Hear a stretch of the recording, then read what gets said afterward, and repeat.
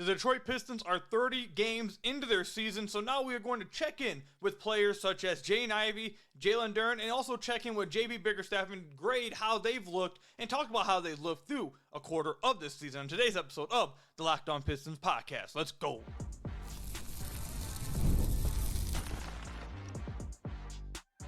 You are Locked On Pistons, your daily Detroit Pistons podcast, part of the Locked On Podcast Network, your team every day.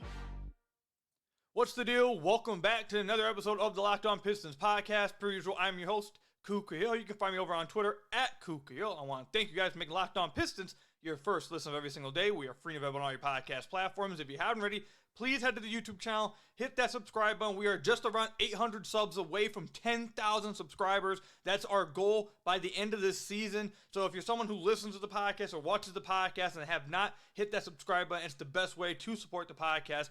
Really would appreciate all that support. And also you can leave us a 5-star review on whatever podcast platform you're listening to this on. And today's episode is brought to you by Game Time. Download the Game Time app, create an account, and use code LOCKEDONNBA for $20 off your first purchase. Also, I gotta let you guys know to head over to LockedOnDaily.com, type in your email, and you'll get a Locked On Pistons daily newsletter along with your Locked On Pistons daily podcast Monday through Friday. A lot of you guys have really enjoyed it, so if you haven't checked it out already, go over there, type in your email, you'll get that newsletter. Super dope thing. All right, so we're 30 games through the season, and you guys know I've said it multiple times in the podcast for the last few years. My thing, where I like to evaluate the team, players, etc., I like to look at it in quarters. And the Pistons are just about past a quarter. I think they're technically around 33% through the season already. But they're around a quarter of the way through the season. We talked about the team last week, I think. A quarter of the way through the season, but we haven't talked about anyone really outside of Cade individually, specifically through the quarter of the season. So today I want to talk about Jaden Ivey, then we'll talk about Jalen Duren, and then I want to talk about the head coach, the new head coach, JB Bickerstaff, and how they're doing. So stay tuned for all that. It's going to be a fun episode, but let's start with Jaden Ivey. So we're going to start with the positives of all these players and coaches. We're going to start with the positives, and we'll work our way into the negatives. Positive for Jaden Ivey through a quarter of the season, he's having a much better season this year than he was last year, obviously. Last year, he dealt with a lot of things when it came to Monty Williams, his utilization of him within the offense, his utilization of him simply within the rotation, going in and out of the starting lineup, playing behind Killian Hayes, then starting, then playing behind somebody, then starting, then closing some games, then not closing games. He was being yanked around quite a bit last year by Monty Williams, and he has been given a much more consistent role by JB Bickerstaff, and he has played much better because of it. He's averaging a career-high 17.4 points. He's shooting a career-high 38% from beyond the arc on 5.1 attempts. He's shooting a career-high field goal percentage, 44.2%. He's shooting a career-high on efficiency field goal percentage at 51%. He's also having the highest true shooting percentage of his career at 54.9%. So far through this year, through a quarter of the year, Jaden Ivey 100% looks the best he's ever looked. That is unquestioned. And I think the other thing with Jaden Ivey as well, that's a positive is, and we'll talk about this a little later with another player and the coaches. I'm sure we'll talk about this as we get closer to the trade deadline. One of the things that Trajan really wanted to find out is, are these guys good NBA players? Can I bet on these guys to be impactful NBA players? Or are these guys who are just playing heavy minutes on a bad team, they're young, expected to grow, but they're not actually good players? Like we see all the time. We've seen through the last 15 years of the Pistons rebuilds, and we see all across the league. That was what he wanted to find out. And I can say, watching Jaden Ivey through a quarter of the year, I think you can 100% say that this dude's going to be an NBA player. He's going to be an NBA player for a while, and he should be a good NBA player for a while. He should be an impactful player for whatever NBA team, whether it's the Pistons or another team, whatever. He should be an impactful player. Now, what role that would be within, I think you're still trying to find that out. But at the very least, this is not like one of those players who are just soaking up minutes on a bad team, usage on a bad team, and then, once they start becoming more competitive, you see that he's not actually a good player and he ends up out the league.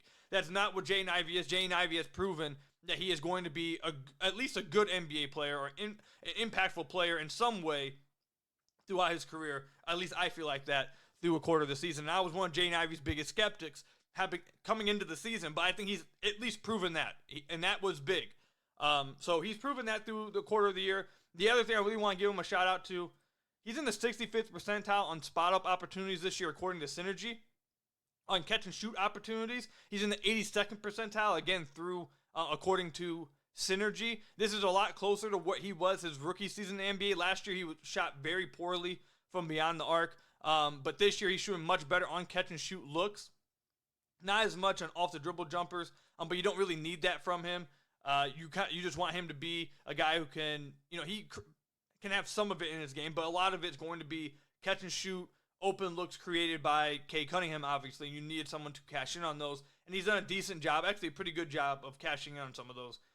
He's in the 89th percentile on knocking down open catch and shoot threes. So he's actually done a really damn good job this year on simply hitting open shots, which is big. All right, so those I think are the biggest positives of Jaden Ivey's career, or of his, not his career, but I guess technically, but through a quarter of the year, he's proven that he can be an impact NBA player in some role. He's improved again from beyond the arc, a much more consistent role, and the team needs him on the floor. He's one of the only players outside of Cade, actually he probably is the only other player outside of Cade that you really trust outside of Cade to do something with the ball in their hands. Now, he's not as consistent with it. We'll talk about it in a minute. But him and Cade Cunningham are really the only guys that the Pistons have put the ball in their hands and said, go create. So they rely on him a lot, and I think he's done a decent job with it. But most importantly, I think his outside shot has made an incredible jump. And I think working with Fred Vinson has been really good for him. Now, let's get to some of the negatives and some of the things that have to improve. The problem with one of the issues I have with Jaden Ivey really isn't even on Jaden Ivey. It's kind of how the team is utilizing him, and we'll get to that when we talk about Bickerstaff. But Jaden Ivey is being asked to do too much defensively. Is he giving more effort defensively? I probably would say so. Is he a good defender? No, I don't expect him to ever be a good one. Is he a net neutral one? I probably wouldn't say that either. But again, I wasn't really expecting that out of him. You just expect him to give effort and to try hard. And has he been doing that for the most part? I would say yeah. But the team isn't asking him to just be someone who's going to try hard, try to be in the right places at times, and, operate off ball. They've been asking him for a lot of the season to be their point of attack defender. And as we've talked about a ton on the podcast, their starting lineup defensive rating is 4 points worse than the worst defensive rating in the entire NBA. And one of the main reasons because of that is Jaden Ivey is him and THA are their main point of attack defenders. So this is even really so much just a slight at Ivey. This is more so a slight at how they're utilizing him defensively. He's being asked to do too much. He's just not capable of doing it, which is part of the reason why maybe, if you're Trajan, you're thinking about long-term usage. Where do you best think of him as? Do you think of him as a six-man off the bench pure scorer? Or do you think he can start in the starting lineup and you can get away and craft a starting lineup around that to where you can, kind of hide him off ball and have a great point of attack guy? Depends on how Trajan sees him. So that's one.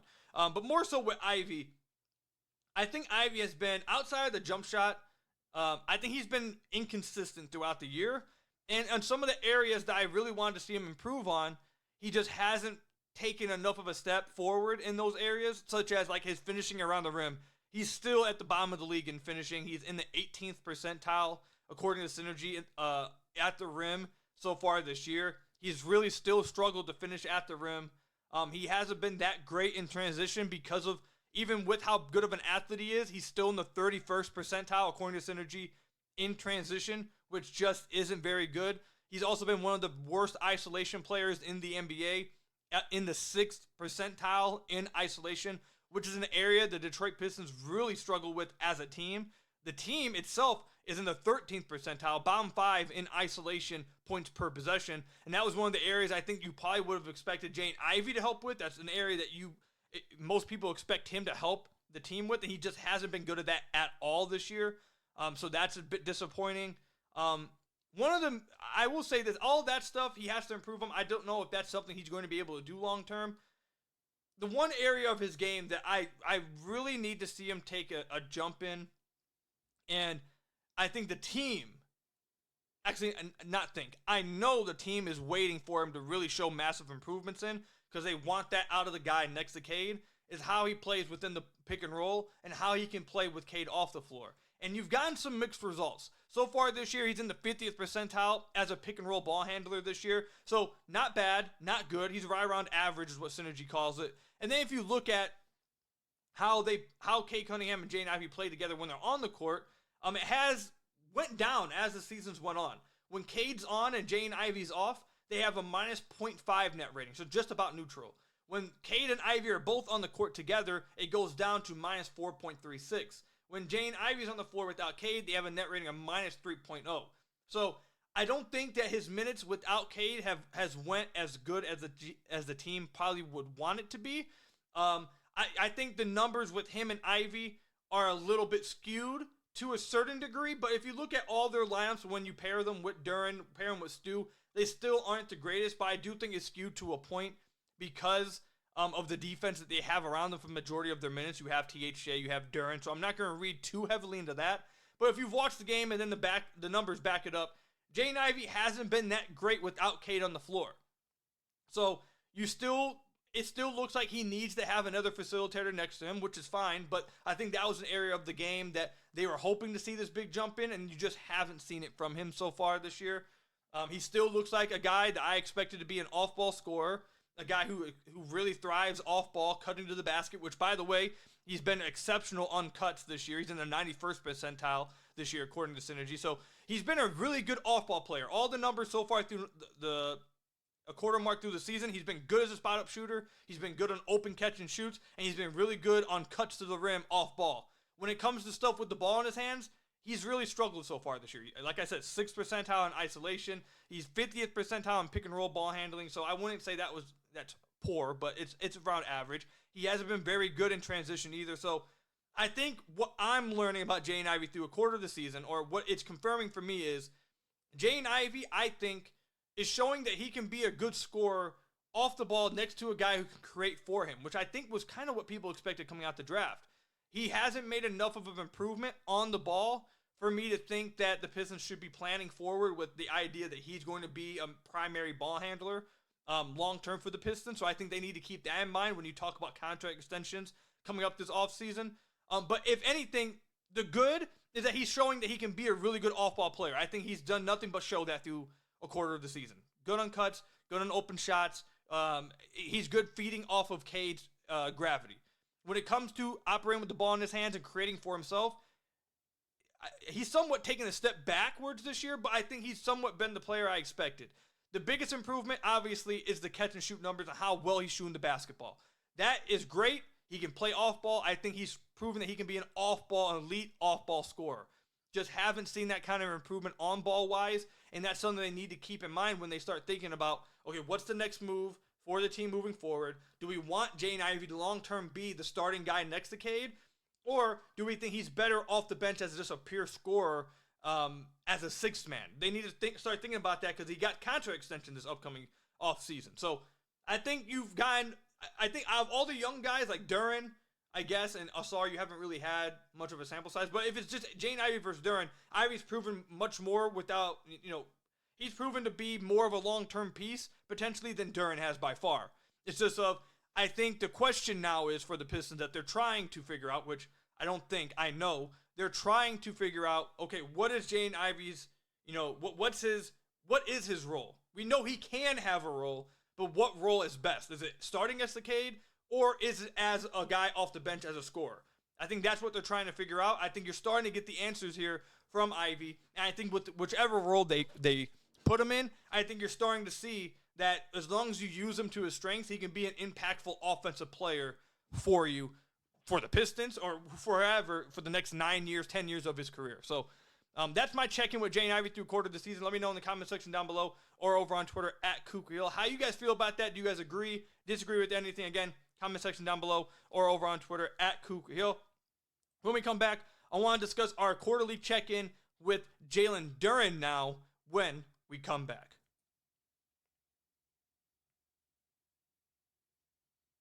I'm a procrastinator. I wait till the last second with just about everything, and when it comes to purchasing tickets, it often screws me over. I get bad prices, I end up getting bad seats, it screws me over. But with Game Time, since I've started using it, it's absolutely saved me. Game Time has last-minute deals, all the way up, obviously, to the last minute, but sometimes even after the event has already started, Game Time can have you covered. Also, you get great seats all the time. You got the lowest price guarantee with Game Time. You can see the view from your seat within the app, so you don't have to worry about getting to the event, then finding out if your seat was great for you. No, you can find out right within the app with Game Time whether this seat was the best for you. You also have the Game Time ticket coverage, which is your purchase is covered with the most flexible customer service policy in the ticketing industry. Game Time is absolutely amazing. I use it anytime I'm trying to purchase tickets to any type of event, whether it be sports, concerts, comedy, theater, whatever, you name it. Game Time is the best place to go to purchase your tickets. So download the Game Time app, create an account, and use code LOCKEDONNBA for $20 off your first purchase. Terms apply. Again, create an account and redeem code LOCKEDONNBA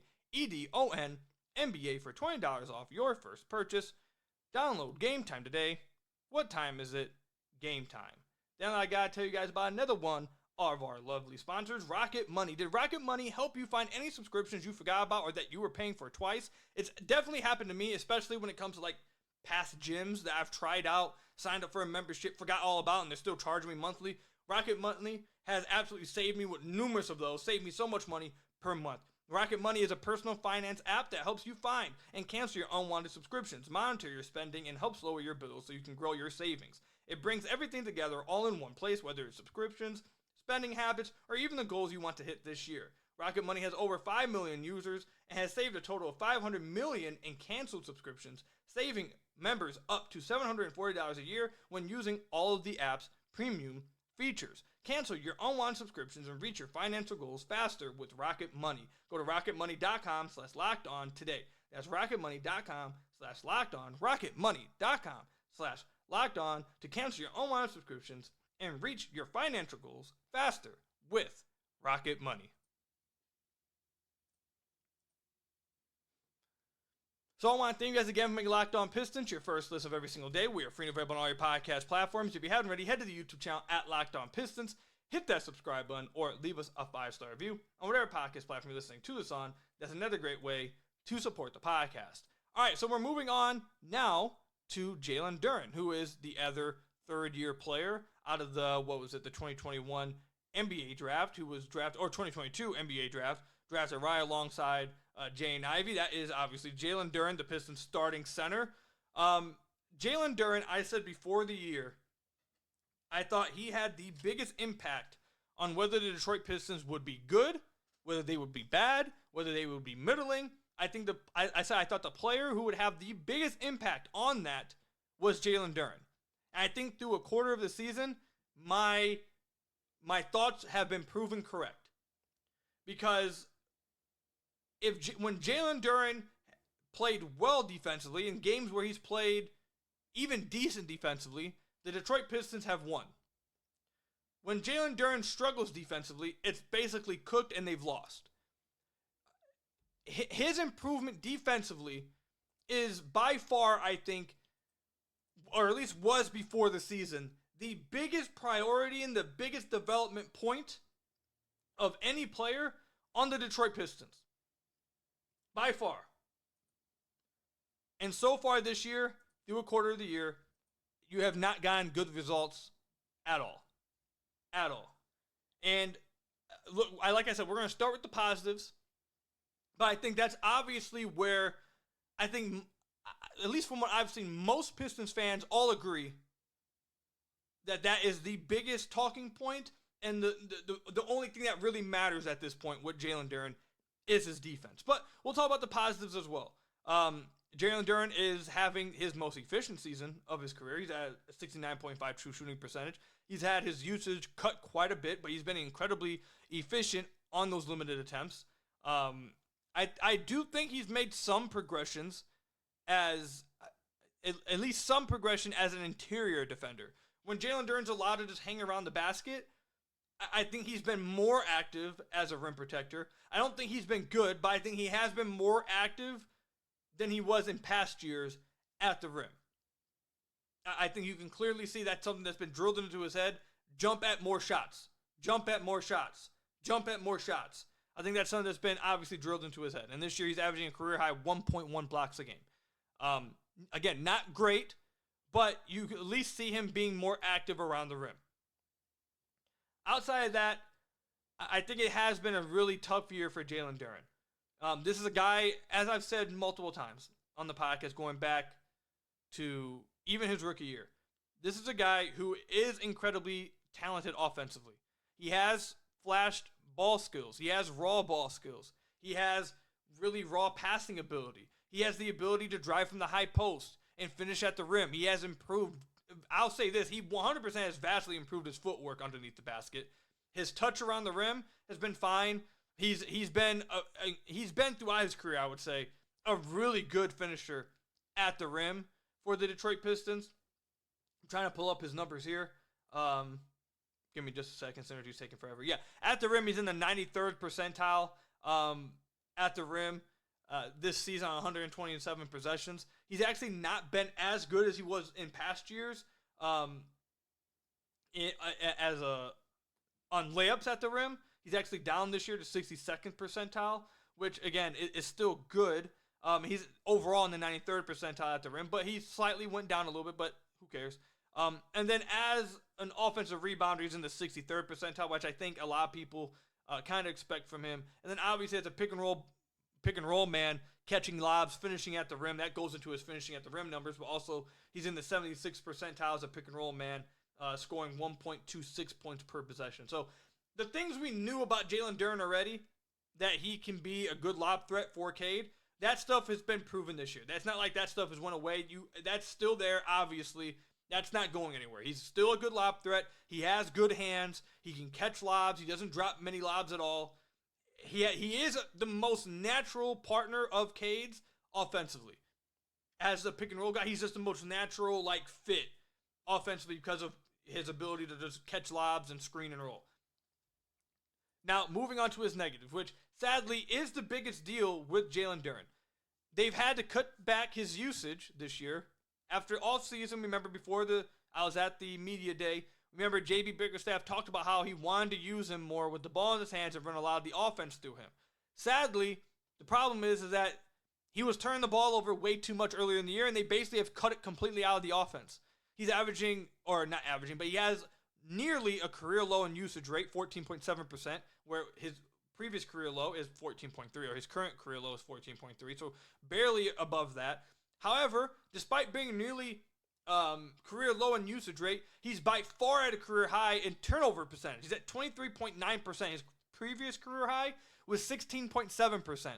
So they basically have had to dial that all the way back from him because he was turning the ball over too much at the beginning of the year, and JB stopped. At least I won't put words into JB's mouth, but his actions by taking it completely out of the offense basically is they can't trust him with the ball in his hands, and they don't think he's ready to do it.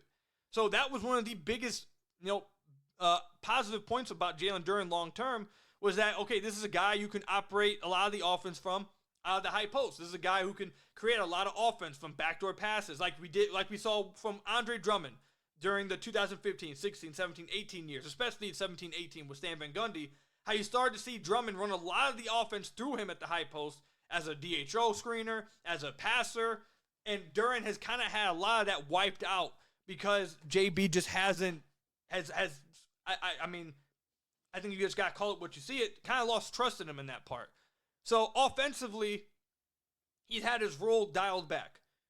The biggest problem with that is that is supposed to be his selling point. That's supposed to be what has you still holding on to belief. That's supposed to be what you saying, yeah, he's not very good defensively, but look what he's doing offensively. Look what he's doing here. You can't give up on that. If that stuff's being taken away, now it's just like, okay, well, what's special about Duren then? Because if you're taking that away from him and he's not doing that within your half-court offense, you're basically just having a guy roll to the rim, catch lobs, and then be bad defensively. That's why it's confusing. It's not confusing. It's hard to envision what's going on with Duren. That's all I'll say. He's also shooting a career low now after being at a career high last year, 79% from the free throw line. He's at 60% this year, which is not very good on equal amount of attempts. He's down to 60%. That's pretty big drop off. But obviously the biggest point that I've talked about over and over is the defense. When Jalen Duren's off the floor, the Detroit Pistons have a 111.23 defensive rating. That's one of the best in the NBA. When he's on the floor, it's 8 points worse. It goes down to 119.87. So it's a massive difference when Jalen Duren's on the floor versus when he's off the floor when it comes to their defensive rating and how they perform defensively. Now, I'll bring up these numbers as well. We've talked about this a lot as well. The starting lineup, 4 points worse than the worst defense in the NBA. Some of that is Jalen Duren. Some of it's THJ and Jaden Ivey at the point of attack. That is true. However, I will simply just point out, as I've pointed out at other times this year, if you simply take Jalen Duren out and you replace Isaiah Stewart with that exact same starting lineup, they have a net rating of plus 3.67. So it's nearly a 7-point swing if you just swap out Jalen Duren. You just swap out Jalen Duren and it's a plus 3.67 net rating.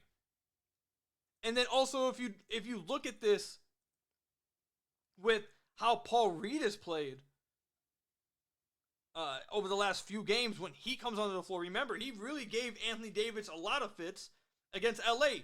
They went with Paul Reed for long stretches of the game over Duren. So the quarter check-in with Duren is pretty concerning. I'm not going to lie. Like, it is pretty concerning. And again, for a guy that they have to have extension talks with this offseason, I think it's pretty clear the quickest way for the Detroit Pistons to take the next step is to just get a defensive center. So what I think the Pistons are trying to decide right now is this.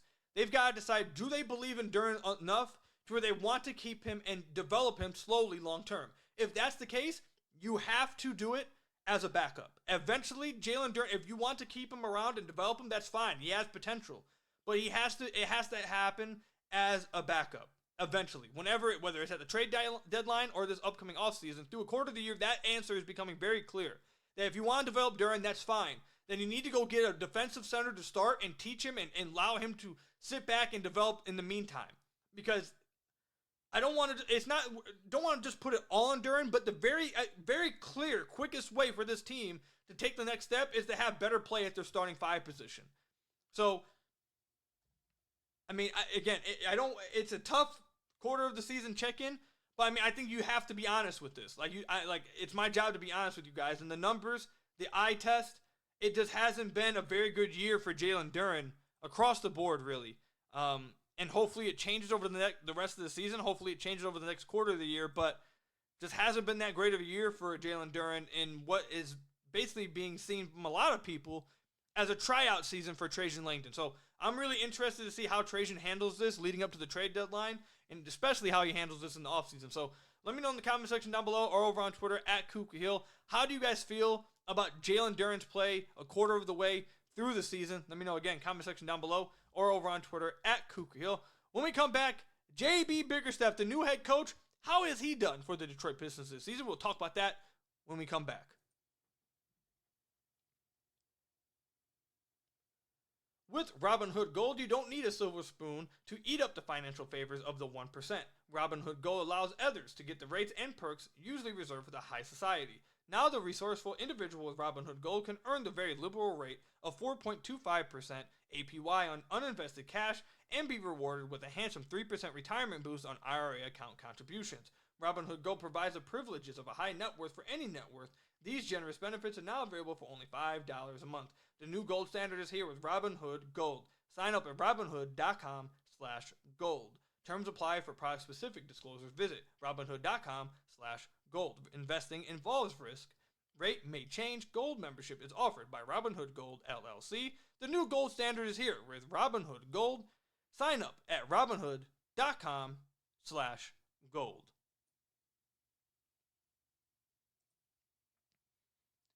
So I want to thank you guys again for making Locked On Pistons your first listen of every single day. We are free and available on all your podcast platforms. If you haven't already, head to the YouTube channel @Locked On Pistons. Hit that subscribe button or leave us a 5-star review on whatever podcast platform you're listening to this on. That's another great way to support the podcast. JB Bickerstaff, how has he looked through a quarter of this year, through 30 games of the Pistons season? How has JB Bickerstaff looked?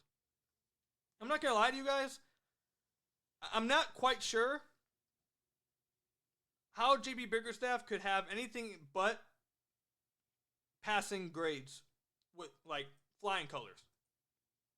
I don't see how JB Bickerstaff doesn't, get, I won't say an A+, a B+A for what he's done through a quarter of the year with the Detroit Pistons. First of all, I'm still going to give him credit for how good he had the Pistons defense for about 15 games. The first 15 games of the year, the fact he was getting that out of that defense, out of this personnel, I still don't know how he was doing it. I just looked at my camera. I just realized my chair is like falling down. I'm slowly getting smaller and smaller on the camera. I just looked at the camera. I'm like below the mic. I'm like, dude, what's going on? You guys probably have been looking at a mic this whole time.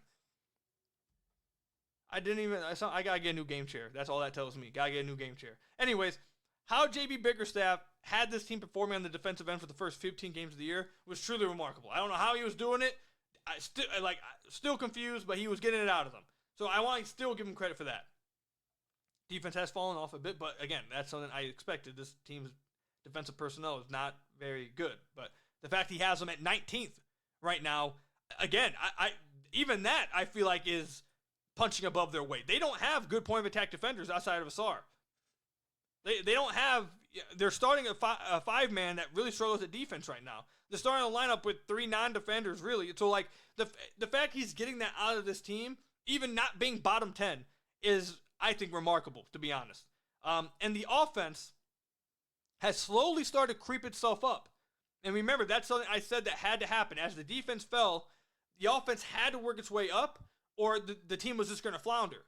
And for a second there, it started to look scary. It started to look like this team about a week and a half ago started to look like the season was starting to maybe get out of hand. It was going to flounder. The offense wasn't picking up. But as of late, the offense has been really playing well. I think a lot of that has to do with how well Cade Cunningham has been playing and how well he's been creating for other people and how well they've been shooting the basketball, the vets, as the season has picked up, especially Malik Beasley. I think that plays a lot into it. But remember, this is an offense that was around bottom 5 in the league for the beginning of the part of the year, but now they've worked their way up to 19th in the NBA. So they're right about even with their defense. They have a negative 2.7 net rating on the season. That has them at the 20th team in the NBA. They're right behind the Atlanta Hawks, who have 2 more wins than them. So overall, I think JB has this team right around where I think the most optimistic Pistons fan probably expected them to be. Has there been a few games that they could have won that they've lost? Yeah. But either way, before the year, if you said the Pistons were 13-17 at this point, I think most people would take that. That is much better than I expected the team to be. Much better than I expected them to be. So I think that's a really good grade for JB. Right now, the Pistons are 10th in the East. They're in the play-in. They're 1 game behind in wins to the Miami Heat, who are the 6th seed. They've gotten wins against multiple top-tier teams. They've beaten the Knicks. They've beaten the Lakers. They've played really, really well at times against some pretty damn good teams. They've played extremely well against the Bucks. They've gotten a win on the Heat. So I think JB has his team at some points playing above their weight class and at the very least 100% meeting expectations. And I think this is the most important number as well. The Pistons, I'm recording this. The chair just fell again. My goodness. I'm recording this the night or the day of the game against the Sacramento Kings. JB is giving them a chance to reach their win total of last season before the start of this new year. I think that's very crystal clear that JB has been pretty damn good for this team. I also like how animated he is on the sideline. He really gives the officials a lot of stuff throughout the game, but he's also standing up, constantly animated, emotional, involved, engaged, which I know is probably like the bare minimum of coaches, but, after last year, you never know. Look, I think JB's done a really good job. I think you've seen Jaden Ivey, like I said, like we talked about earlier, really establish himself as an off-ball scorer. We're watching Cade Cunningham take another leap right before our eyes. We're seeing Ausar Thompson, I feel like, play a lot better. You're seeing Ron Holland play a lot better as the season goes on. Stu, I feel like, looks better this year than ever before. Are there some things that JB could do better? Sure, I think he could be a little bit more creative offensively. I don't agree as much with Isaiah Stewart rolling to the rim so much and just not popping anymore. That's one thing I really disagree with him about. The starting lineup, I really disagree with him about. But, on one hand, I understand it because you got to play the vets, especially at the trade deadline. I think some of them could be on the move. And then on the other hand, you also want to keep spacing in the starting lineup. He's probably worried about what bringing in one of Ausar or Ron could do to the spacing in the starting lineup. So I get it to a certain extent. But overall, man, I think JB's been great, to be honest with you. I think he's been way better. Again, overall, the team, and therefore JB, has been much better than I expected. So I think he easily passes with flying colors through a quarter of the year.